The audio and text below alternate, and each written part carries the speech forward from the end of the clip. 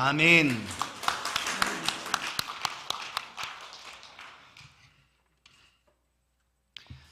말씀을 꽉 잡으라 하는 말씀으로 오늘 함께 은혜 나누겠습니다. 우리 인사 나누십시다. 하나님 당신을 사랑하십니다. 아멘.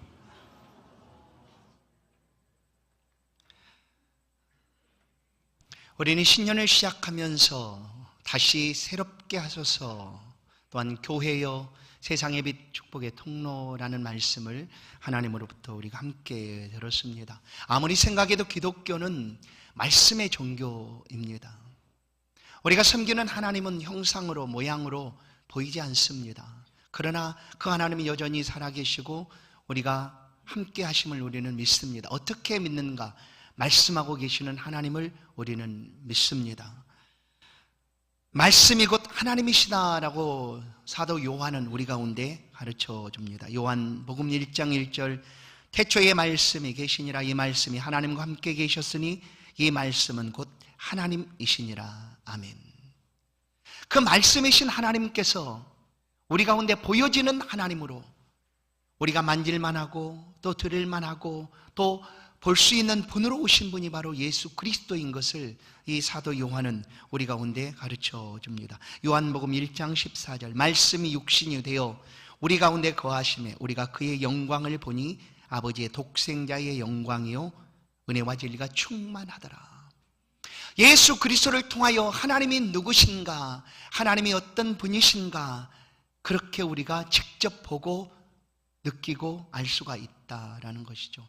예수님도 오셔서 나와 아버지는 하나이다 라고 하나님과 하나됨을 말씀을 하셨습니다. 성도 여러분, 우리의 믿음의 시작을 한번 생각해 보신다면 어떻게 우리가 하나님 앞에 나오게 되었는가, 그 믿음의 시작들을 우리가 생각해 보면 잘 알 수가 있습니다. 믿음의 조상이라고 불러지는 아브라함은 그에게 다가오셨던 하나님의 모양과 형상을 보지 않았습니다. 볼 수 없었습니다. 어느 날 갈대우리에 살고 있던 아브라함에게 하나님께서 말씀하셨습니다. 보이지 아니하시는 하나님이 말씀으로 나는 여호와다라고 하나님께 나타나셨습니다. 그리고 하시는 말씀이 너는 너의 본토 친척 아비집을 떠나 내가 내게 지시할 땅으로 가라라고 말씀하셨습니다. 말씀이죠. 아브라함은 이 말씀을 듣고 그 말씀을 붙잡고 그 걸음을 걷게 된 것입니다. 그것이 바로 믿음의 조상 아브라함의 시작입니다. 우리의 믿음의 시작도 바로 이렇게 시작을 했습니다. 바라기는 성도 여러분, 이 한 해가 하나님의 말씀을 붙잡고 말씀해 주시는 은혜를 따라 승리하시는 그런 복된 새해가 되기를 주의 이름으로 축원합니다. 우리 손에 있는 스마트폰이 있지 않습니까? 누구나 다 가지고 있죠. 요즘 참 좋아서 그 스마트폰 어플을 이렇게 확인하면 말씀을 들을 수 있고 또 말씀을 묵상할 수 있는 그런 어플들이 많이 있습니다. 여러분, 여러분의 삶의 자리에서 하나님의 말씀을 가까이 하십시오. 그 말씀과 늘 동행하십시오. 우리가 이 한 해 동안 이 말씀을 붙잡고 살아가면 하나님은 우리 가운데 말씀의 빛을 비춰주시고 그 말씀이 등불이 되게 하사 우리가 걷는 걸음을 든든하게 허락하여 주실 줄로 믿습니다. 시편 119편 105절은 주의 말씀은 내 발의 등이요 내 길의 빛입니다 라고 고백합니다. 어플을 여시고 말씀을 들으십시오. 그리고 그 말씀을 묵상하십시오. 그렇게 이 한 해가 말씀을 따라 걸어가는 복된 새해가 되기를 다시 한번 축원합니다. 오늘 본문의 내용은 베드로 사도에 관한 말씀이 있습니다. 베드로 사도가 예수 그리스도를 만나고 있는 모습을 우리 가운데 보여줍니다. 베드로 사도는 12제자 중에 나이가 제일 많았고 또한 예수님도 그를 수제자로 부르셨고 또한 모든 제자들도 그가 가장 첫 번째 제자였다라고 이렇게 알고 있습니다. 그렇게 부르기도 했습니다. 그런데 이 베드로는 굉장히 열심이 많았던 제자였습니다. 어떤 열심? 그 열심이 하나님 앞에, 아니 그리스도 예수 앞에 그냥 열정으로 표현됩니다. 그 열정이 너무나 크고 뜨거워서 어느 순간 실수도 하기도 합니다. 너무나 열정이 커서 실수하기도 하죠. 칼을 들어서 그냥 귀를 내리치기도 하고요. 또한 예수님을 향하여 나 몰라요. 예수님 당신 모릅니다. 어느 순간 저주하면서 예수님을 대하기도 합니다. 그러나 이 실수했던 베드로였지만 그 실수보다 더 큰 열정으로 주님을 사랑했기 때문에 그는 마침내 수제자의 자리에 서게 되고, 그가 외치는 그 소리를 듣고 말씀을 듣고 하루에도 3,000명, 5,000명이나 초대교회 안으로 돌아오는 그런 놀라운 역사를 일으키게 됩니다. 이런 베드로 사도가 예수님이 승천하신 이후에 그가 경험했던 하나님의 은혜를 서신을 써서 보낸 내용이 바로 베드로 전후서입니다. 그리고 후서를 통하여 보면 베드로 사도는 자신처럼 우리 모두가 예수 그리스도의 믿음 앞으로 나아가기를 간절히 원하는 그런 권면의 말씀을 남겨줍니다. 베드로서 3장 18절, 오직 우리 주 곧 그 주 예수 그리스도의 은혜와 저를 아는 지식에서 자라가라. 영광이 이제와 영원토록 영원한 날까지 저에게 있을지어다.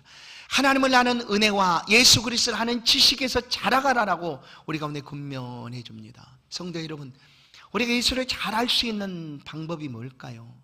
잘 알아가는 방법이 무엇일까요? 그것은 바로 말씀입니다. 말씀. 우리 손에 들려있는 66권의 말씀이죠. 성경 말씀입니다. 이 말씀을 통하여 우리는 예수 그리스도를 더 잘 알 수가 있습니다. 그 은혜 가운데 거하게 됩니다. 그 어떤 것보다, 말씀의 권위보다 높은 것은 없습니다. 그게 바로 개신교의 말씀이죠. 우리가 지금도 여전히 살아가면서 하나님의 기도의 응답을 우리가 경험합니다. 또는 어떤 사람은 그 기도의 응답들을 환상으로, 또한 꿈으로 또 보여주기도 합니다. 그래서 그와 같은 하나님의 은혜들을 간증으로 고백하기도 합니다. 그것을 들을 때 하나님이 그렇게 역사하셨구나라는 것에 대해서 이견이 없습니다. 그러나 이런 꿈과 환상들이 오늘 우리가 가지고 있는 이 말씀보다 더 높은 권위에 있어는 안 된다는 거예요. 그가 경험했던 꿈이나 하나님의 기도의 응답들이 무시된다는 얘기가 표현이 아닙니다. 무시하라는 얘기가 아닙니다. 그것은 오늘날도 개인적인 삶에서 하나님이 주시는 은혜입니다. 그러나 그것이 모든 사람들에게 동일하게 그렇게 일반화되어서 적용되는 것은 아니기 때문에 오늘 모든 성도들에게 동일하게 적용되고 있는 것은 바로 하나님의 말씀입니다. 개인적인 경험을 가졌다 할지라도 그것이 말씀의 권위보다 높아서는 안 된다라는 것이 개신교의 말씀입니다. 오늘 이 말씀 앞에 선 베드로의 모습을 우리가 보게 됩니다. 가장 첫 번째, 이 말씀 앞에 서서 베드로는 하나님의 말씀을 그야말로 꼭 붙잡습니다. 아니, 꽉 붙잡습니다. 더 강하고 단단하게 말씀을 붙잡고 있는 베드로를 보게 됩니다. 오늘 1절 말씀을 먼저 보겠습니다. 무리가 몰려와서 하나님의 말씀을 들을세. 무리가 몰려와서 하나님의 말씀을 들을세. 게네사렛 호숫가로 많은 사람들이 달려오고 있는 모습을 한번 그려보십시오. 무엇 때문에 그렇게 다름질을 치고 그렇게 몰려오고 있는가? 하나님의 말씀을 듣고자 함이었습니다.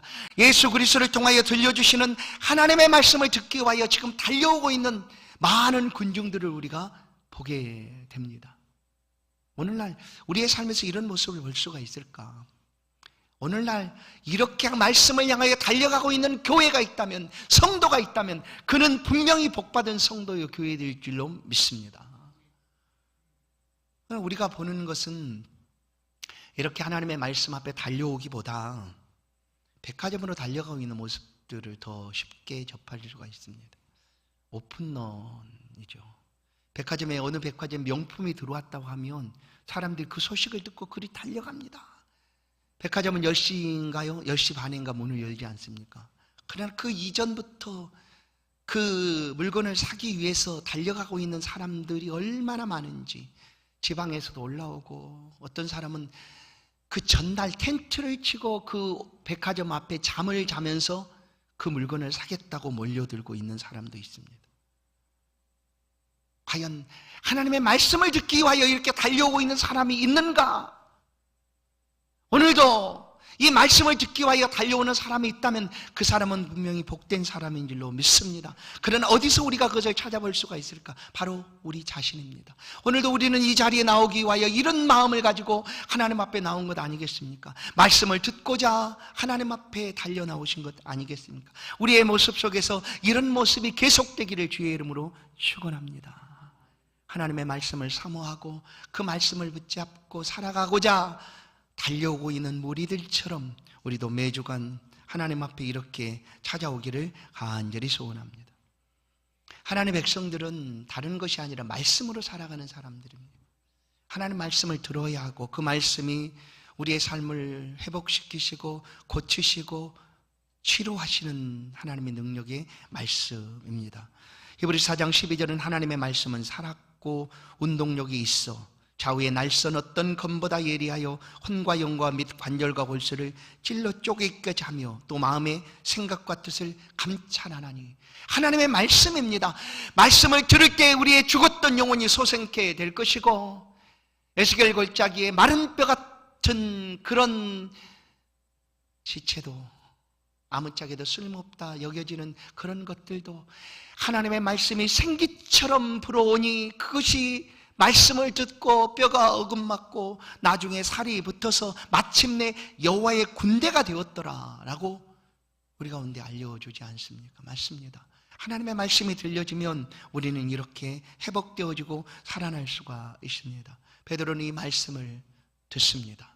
그런데 사실 베드로는 이 말씀을 듣기 위하여 그가 애를 쓰고 또 수고한 것이 전혀 없습니다. 어찌 보면 원치 않는 상황에 베드로가 놓여 있는 거죠. 게네사렛 갈릴리죠. 갈릴리 바다에서 어제 전날 밤에 고기를 열심히 잡았습니다. 근데 거짓말처럼 한 마리도 못 잡은 거예요. 그러나 다음 날을 위해서 베드로는 또 그물을 손질하고 이렇게 배를 정리하고 있습니다. 다음 날을 위해서 준비하고 있는 거죠. 여러분 아시듯이 우리가 수고한 것에 복을 얻으면 그 수고가 힘들지 않습니다. 안 그렇습니까? 일한 대로 삭슬 얻는다든지 또한 수고한 대로 대가를 받는다든지 그러면 아무리 힘들고 어려워도 힘들지 않아요. 왜냐하면 그 복을 받기 때문이죠. 그런데 많이 수고했는데 아무것도 얻지 못했다고 하면 더 힘듭니다. 몸도 힘들고 마음도 힘들고 그냥 지금 베드로가 딱 그런 상황이에요. 밤새도록 수고했는데 잡은 것이 하나도 없어요. 그러나 다음 날을 위해서 또 준비해야 되니 그 힘들고 어려워도 그 일을 지금 하고 있어요. 그런데 예수님께서 다가와서 배에 오르시더니 배를 좀 띄워주시오라고 이렇게 얘기합니다. 그러나 베드로는 이걸 원한 것이 아니었어요. 너무나 힘들고 지쳐서 그냥 그물 손질하고 있는 그였지 다시 배를 이끌고 나갈 그런 힘도 그에게는 없었어요. 그런데 배에 오르신 예수께서 배를 좀 띄워달라라고 하니 그냥 뛰게 된 거예요. 베드로의 입장에서 보면 굉장히 황당한 상황이죠. 당황스러운 그런 순간입니다. 그러나 예수님께서 베드로의 배에 오르신 것은 그 배에 그냥 아무 두 배가 있는데 아무 배나 오르신 것이 아니었습니다. 베드로의 배인 것을 분명히 아시고 그 배에 오르셨다라는 거예요. 우리가 하나님을 우리가 이렇게 생각할 때 하나님은 어떤 분인가 하면 우리는 전지하고 전능하신 하나님 이렇게 고백을 합니다. 다 아신다는 거예요. 못 하시는 것이 없으시다는 거죠. 말씀이셨던 하나님이 육신의 모습을 입고 오신 분이 예수 그리스도입니다. 그래서 예수님은 이 땅에서 사역하는 동안 다 아셨어요. 사실 아셨어요. 미리 아시고 또 예수님이 가시는 이유는 미리 아시고 그곳에 무엇을 행하실 것을 이미 아셨기 때문에 가신 거죠. 여리고를 들어가는 것은 삭개오를 구원하게 내시기 위함이고 수가성 우물가로 가신 것은 그 여인을 구원해 내시기 위함이었죠. 베드로의 배에 오르신 것은 물론 많은 사람들이 지금 물밀처럼 달려옵니다. 예수님께. 그래서 예수님께 점점 다가오니까 어떻게 합니까? 예수님 뒤로 물러가는 거예요. 그런데 뒤로 물러가면 호수가 있고 물에 빠질 위험이 있기 때문에 예수님께서 그것을 피하여 배에 오르기도 하셨습니다. 그것도 맞아요. 그러나 그것 때문만이 아니라 예수님께서 베드로의 배에 오르신 이유는, 그것이 베드로의 배라는 사실도 아셨고 그 배를 콕 집어서 오르신 이유는 베드로에게 말씀하시고자 함이었습니다. 뿐만 아니라 베드로를, 이제 우리가 누가복음 5장을 다 읽지는 않았지만 보시면 하반절에 예수님께서 그 베드로를 제자 삼으셨습니다.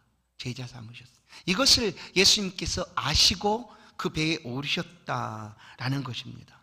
그렇게 다 하셨습니다. 왜냐하면 예수님은 베드로를 이미 아셨어요. 말씀을 듣는 자리에 베드로는 함께 있지를 못했어요. 보니까 저만 치서 그물 손질을 하고 있는 거죠. 멀찍이 떨어져서, 말씀에서 멀찍이 떨어져서 자기 일을 하고 있는 베드로였습니다. 그러나 예수님은 그를 아셨고 그의 배에 지금 오르셨어요. 베드로의 입장에서 보면 황당한 일이었지만 예수님은 그렇게 배에 오르셨다라는 거예요. 그러나 성도 여러분, 말씀이 있는 곳에 머무르는 것이 은혜입니다. 아멘. 내가 원치 않았을지라도 누군가의 손에 이끌려서 한 번만 가봅시다.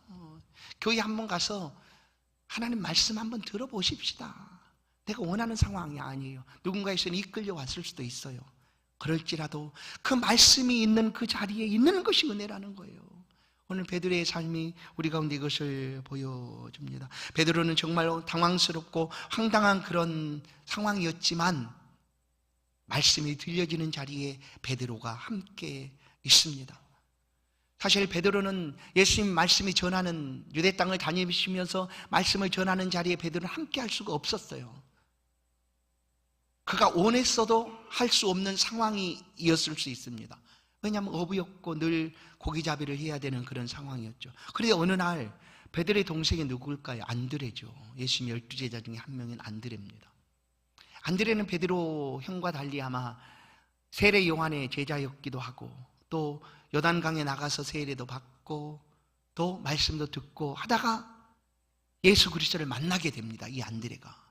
그래서 예수 그리스도를 만나는 순간 그가 메시아다라는 이야기를 사람들을 통해서 듣고 이 안드레가 형 베드로에게 와서 얘기해 주는 거예요.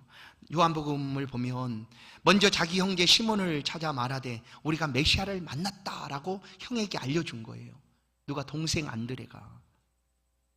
그러니까 베드로도 그 땅에 메시아가 왔다라는 이야기를 들었을 수는 있습니다. 그러나 유대인들에게 메시아는 너무나 기다렸던 사람이죠. 구약 전체를 통하여 메시아가 우리 가운데 오실 것이다 라는 이야기들을 유대인들은 다 알고 있었으니까. 그래서 메시아가 왔다고 하니까 혹시 세례 요한이 전하는 그 요단강에 혹시 그가 메시아가 아닌가 하여 사람들이 몰려가게 되었던 이유도 바로 그런 이유 때문이었습니다. 그러나 베드로는 메시아가 왔다고 들었지만 그냥 쉽게 그 자리에 갈 수가 없는 상황이었어요. 성도 여러분, 우리의 삶에서도 예수님의 말씀을 듣고 싶으나 그러지 못하는 상황들이 놓여질 수도 있습니다. 뭐 직장 문제든지 가정 문제든지 어려움에 있어서 나는 가고 싶으나 갈 수 없는 상황도 들려질 수 있다라는 거예요. 베드로가 지금 딱 그런 상황이었죠. 그런데 예수님께서 그를 찾아오신 거예요. 그리고 원하지 않게 말씀이 들려지는 자리에 베드로가 지금 함께 있습니다. 예수님 배에 오르셔서 군중들을 바라보고 바닷가에 있는 사람들을 바라보고 말씀을 하고 있는 거예요. 말씀을 들려줍니다. 하나님 나라의 말씀을 들려줍니다. 산상보훈의 말씀처럼 또 바닷가에서 주께서 이 말씀들을 들려줍니다. 베드로도 원하지 않지만 그 배에서 들려지고 있는 말씀을 그냥 듣는 건 아니겠어요? 자기 배에서 그 예수님께서 하시는 말씀을 먼 거리도 아니고 하니 가까이 있다 보니까 듣게 된 거죠. 들었어요. 베드로도 이 말씀을 들었어요. 그런데 예수님께서 말씀을 다 마치신 후에 지금 말씀을 전할 때는 누군가에게 한 것이 아니라 군중들을 향하여, 대중을 향하여, 전체를 향하여 하고 있었는데 그 말씀을 마치신 후에 예수님께서 베드로를 콕 집어서 얘기하는 거예요. 베드로야 하면서 얘기하는 거예요. 뭐 잡은 것이 있니? 라고 묻고 있습니다. 지금 베드로에게. 5장 4절, 누가복음 5장 4절을 보시면 말씀을 마치시고 시몬에게 이르시되 깊은 데로 가서 그물을 내려 고기를 잡으라라고 얘기해요. 시몬은 베드로입니다. 예수님께서 베드로 한 사람을 향하여 콕 집어서 베드로야 깊은 데로 가서 그물을 내려라 라고 예수님께서 말씀하고 있는 거예요. 그러나 이때까지 베드로의 본심은 뭐였느냐면 너무나 힘들어요. 빨리 수고를 너무나 많이 해서 내가 지치고 힘들어요. 피곤해요. 이런 상황이 아니겠어요? 그냥 밤새도록 그물을 던졌던 그 수고로움들이 이제 피로로 다가온 상황이에요. 그래서 얼른 정리하고 좀 쉬었다가 또 다음날 고기잡이를 위해서 준비해야 되는데 지금 그 위에 올라왔으니까 베드로의 본심은 너무나 힘들어요. 왜 내 배에 타가지고 이렇게 나를 힘들게 하느냐, 이것이 사실 본심이 아니었을까요? 그런데 놀랍게도 말씀이 들려지는 자리에 있었던 베드로가 예수님께서 시몬아 깊은 데로 가서 그물을 던져라 하는 그 순간 그의 마음이 달라지게 된 거예요. 이 말씀의 능력입니다. 말씀의 능력이 이렇다라는 거예요. 하나님의 말씀은 우리가 그 말씀을 듣는 순간 우리의 삶이 달라지고 변화되는 거예요. 실패로, 좌절로, 낙심으로, 실망으로 살아가던 우리의 삶이 하나님의 말씀이 들려지면 희망이 생기는 거죠. 소망이 생기고 회복의 은혜가 다가오는 거예요. 용기를 갖게 되고 할 수 있다는 힘을 얻게 되는 것, 그것이 바로 말씀의 능력입니다. 베드로는 멀찍이 있지 않았고 말씀 앞에 있는 자리에 있었기 때문에 이런 은혜를 그가 누리게 된 거예요. 그래서 베드로가 대답하는 말을 보십시오. 누가복음 5장 5절을 보시면 시몬이 대답하여 이르되 선생님 우리들이 밤이 새도록 수고하였으되, 여기까지예요. 이게 베드로 사실 본심이죠. 그냥 여기 너무 피곤하다는 거, 힘들다는 거예요. 너무나 힘들어요. 너무나 지쳤어요. 힘들어요. 내가 피곤해 쉬어야 돼요. 이런 베드로였는데 잡은 것이 없지만 그 다음에 말씀에 의지하여 내가 그물을 내리리이다 하고 달라진 거예요. 성도 여러분, 하나님의 말씀은 좌우에 운동력이 있어. 말씀 아까 읽었잖아요. 홍감 및 관절과 골수를 찔러 쪼개기까지 한다. 다른 것이 우리를 바꾸는 것이 아닙니다. 신령한 은사가 우리 가운데 남들이 보지 못한 환상을 내가 보면 내가 달라지겠거니, 그거보다 보편적으로 모든 성도들에게 바뀌어지는 능력은 말씀입니다. 하나님의 말씀이 우리 가운데 들려지는 순간 우리의 영이 그 말씀 앞에 서게 되는 것이고 우리의 심령이 회복되고 달라지고 변화되는 거예요. 그것은 하나님은 지금 말씀하는 것이 아니라 처음부터 그 말씀을 하고 계시는 거예요. 너희는 말씀을 들어야 된다. 너희는 매일매일 양식을 먹듯 그것 먹고 사는 것이 아니야. 그것만으로 살아가는 것이 아니야 라고 우리 가운데 말씀을 해주는 것입니다. 예수님도 사람이 떡으로만 살 것이 아니요 하나님의 입으로 나오는 모든 말씀으로 인하 하는 것은 이미 구약에서 하나님이 하신 말씀을 인용한 것이에요. 그렇게 이미, 그러니까 하나님께서는 사람이 어떻게 살아가야 되는지를 계속해서 말씀한 거예요. 떡만 위해 사는 것이 아니야. 사람은 하나님의 말씀으로 사는 거야 라는 거죠. 오늘 말씀을 보겠습니다. 신명기 8장 2절을 보시면 내 하나님 여호와께서 이 40년 동안에 너로 광야의 길을 걷게 하신 것을 기억하라. 이는 너를 낮추시며 너를 시험하사 내 마음이 어떠한지 그 명령을 지키는지 아니 지키는지 알려 하심이라.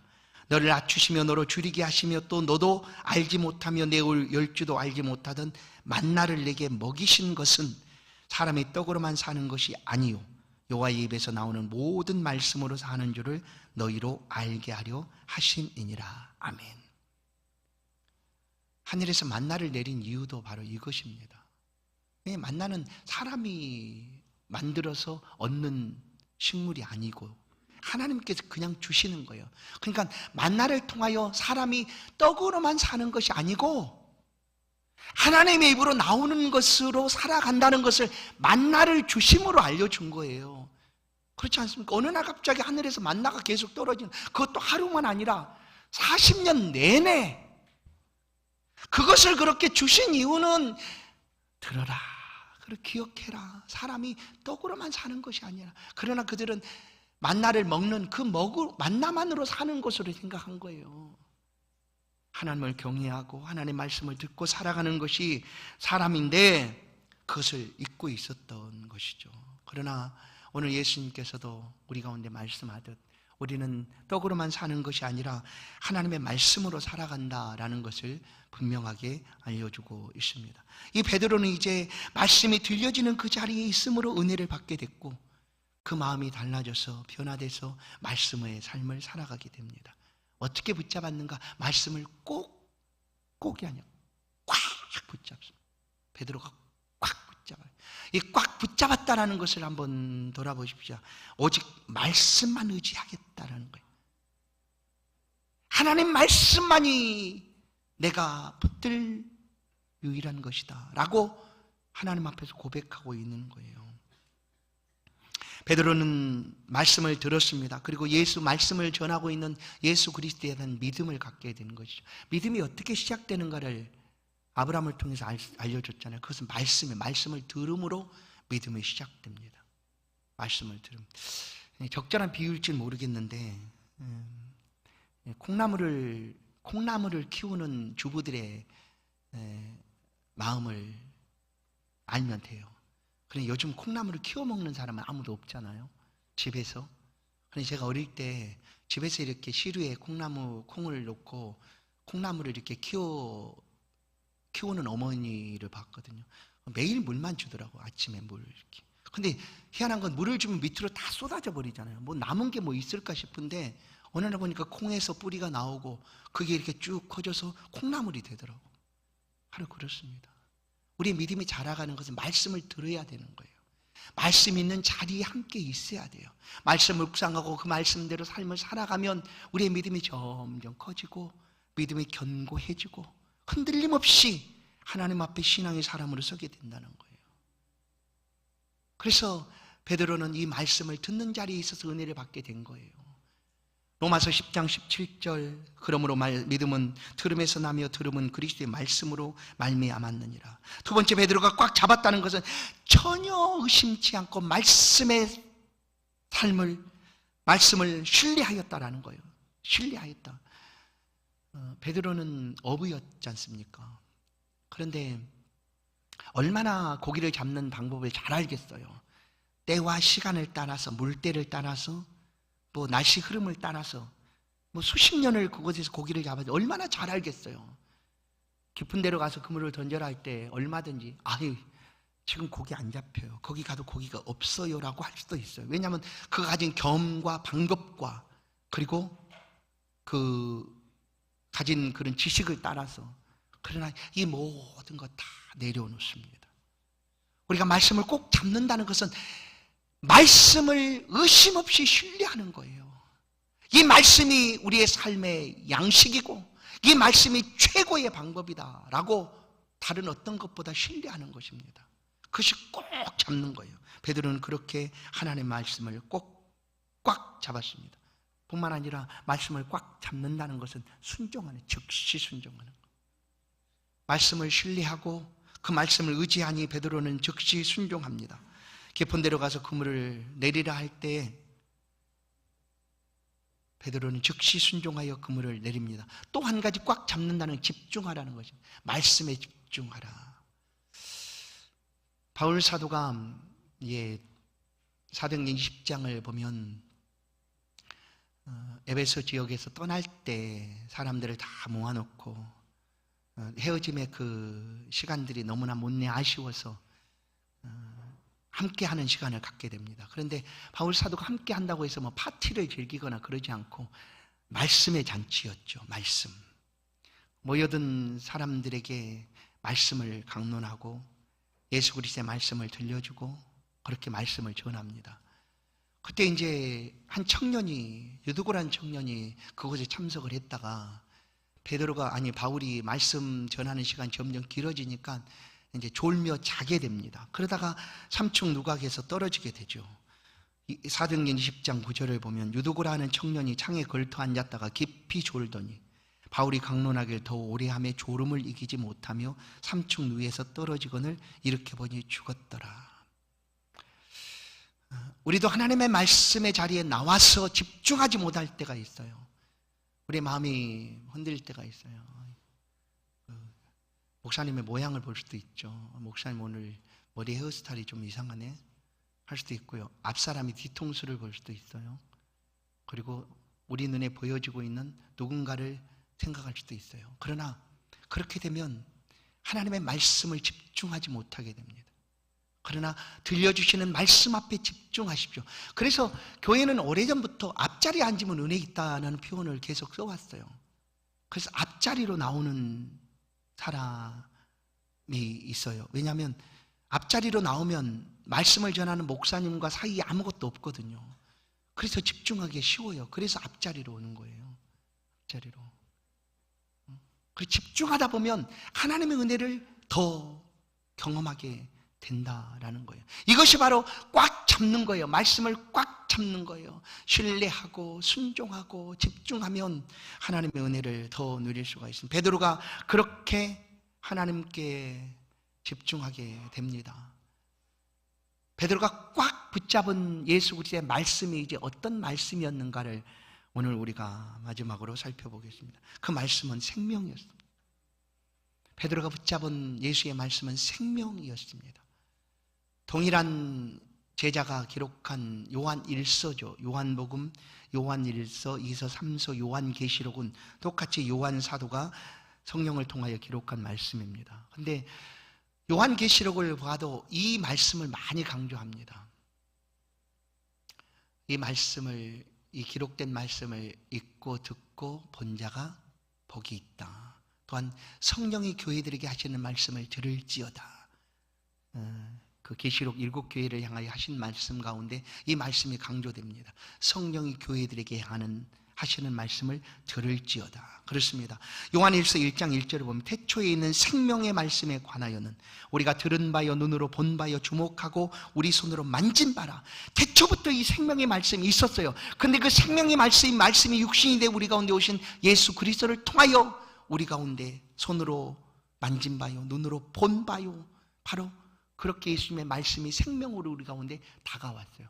그래서 요한 사도는 요한 서신에서 또 이렇게 얘기합니다. 아들이 있는 자에게는 생명이 있고라고 분명하게 얘기합니다. 아들이 있는 자에게 생명이 있다.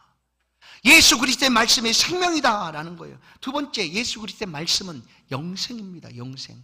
성도 여러분, 우리가 왜 예수를 믿습니까? 왜 이 시간에 하나님의 말씀을 듣습니까? 궁극적으로 우리에게 다가오는 최종의 목적은 하나님과 함께 영원토록 살아가기 위함이 아닙니까? 영생이죠. 하나님과 영원토록 사는 것입니다. 천국입니다. 영생입니다. 그것을 구원이라고 표현합니다. 어디에 이 영생이 있는가? 하나님의 말씀 안에 영생이 있습니다. 영생은 곧 하나님의 말씀입니다. 말씀 속에 영생의 말씀이 있다라고 베드로 사도가 고백을 하고 있죠. 요한복음 6장 68절 베드로 사도가 시몬 베드로가 대답하되 주여 영생의 말씀이 계시매 우리가 네게로 가오리까. 영생이 있는데 이것이 다른 어디에서도 찾아볼 수가 없는데 어디 가겠습니까? 내가 이곳에 영생의 말씀이 있는데. 그래서 끝까지 주를 붙잡는 거예요. 환난과 시험과 어려움이 다가와도 영생이 여기에 있으니 다른 곳에 갈 수가 없는 거예요. 이것이 생명인데 어떻게 이것을 떠날 수가 있겠습니까?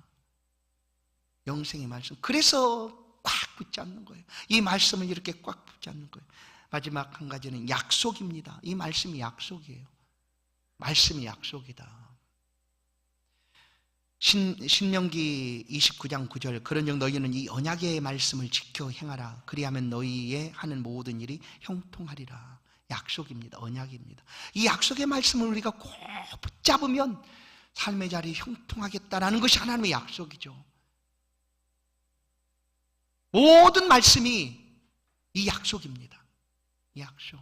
하나님이 하신 그 약속을 우리 가운데 이루어 주시겠다라는 약속이죠. 성도 여러분, 올 한 해 이 하나님 말씀을 그냥 꼭도 아니고 꽉 붙잡기를 주의 이름으로 축원합니다. 그래서 말씀의 깊은 은혜에 함께 나아갈 수 있기를 간절히 소원합니다. 마태복음 8장을 보면 이방 백부장이란 로마 백부장이 나타납니다. 그 백부장은 얼마나 신실했는지 자기의 종이 중풍병으로 고생을 하고 있는 것을 알고 예수님께 찾아옵니다. 예수님, 내 종이. 그러나 이방 로마 사람이죠. 그런데 자기의 종을 불쌍히 여기고 찾아온 거예요. 와서 예수님께 내 종이 지금 중풍에 걸렸으니 좀 고쳐주십시오라고 할 때 예수님 그래 내가 가겠다 할 때 이 백부장이 하는 말이 그렇게 예수님께 와주십시오, 와서 고쳐주십시오, 손을 대고 얹어서 고쳐주십시오 이렇게 말하지 않아요. 말씀만 하십시오라고 얘기합니다. 마태복음 8장 8절 백부장이 대답하여 가로되 주여 내 집에 들어오심을 나는 감당치 못하겠사오니 다만 말씀으로만 하옵소서. 그러면 내 한이 낫겠나이다. 아멘. 말씀만 해달라고 얘기하는 거예요. 말씀, 이 생명의 말씀, 영생의 말씀, 약속의 말씀만 들려주십시오. 그러면 지금 내 하인이 그 말씀대로 나올 줄로 나는 믿습니다. 성도 여러분, 오늘 한 해 이 말씀을 꼭 붙잡으십시다. 이 베드로가 이 약속의 말씀, 생명의 말씀, 영생의 말씀 붙잡았더니 6절을 보시면 그렇게 하니라는 표현이에요. 6절을 보시면 그렇게 하니. 그렇게 했더니 어떻게 됐습니까? 베드로가 고기를 많이 잡았습니다. 6절을. 7절을 보면 2배에 잠기게 되었다. 너무나 많이 잡아서 전날 밤에 단 한 마리도 못 잡았던 그 고기를 말씀대로 꽉 붙잡았더니 하나님께서 주께서 축복하셔서 2배나 잠기게 되었더라. 거기서 끝나는 것이 아니고 베드로를 통하여 이제 내가 사람을 취하는 어부가 되겠다 하고 제자로 불러주셨습니다. 말씀 안에 거하면 하나님의 은혜가 더 풍성해질 줄로 믿습니다. 올 한 해 이렇게 주의 말씀을 꽉 붙잡기를 간절히 축원합니다. 어려서부터 말씀을 붙잡는 것이 정말 중요합니다.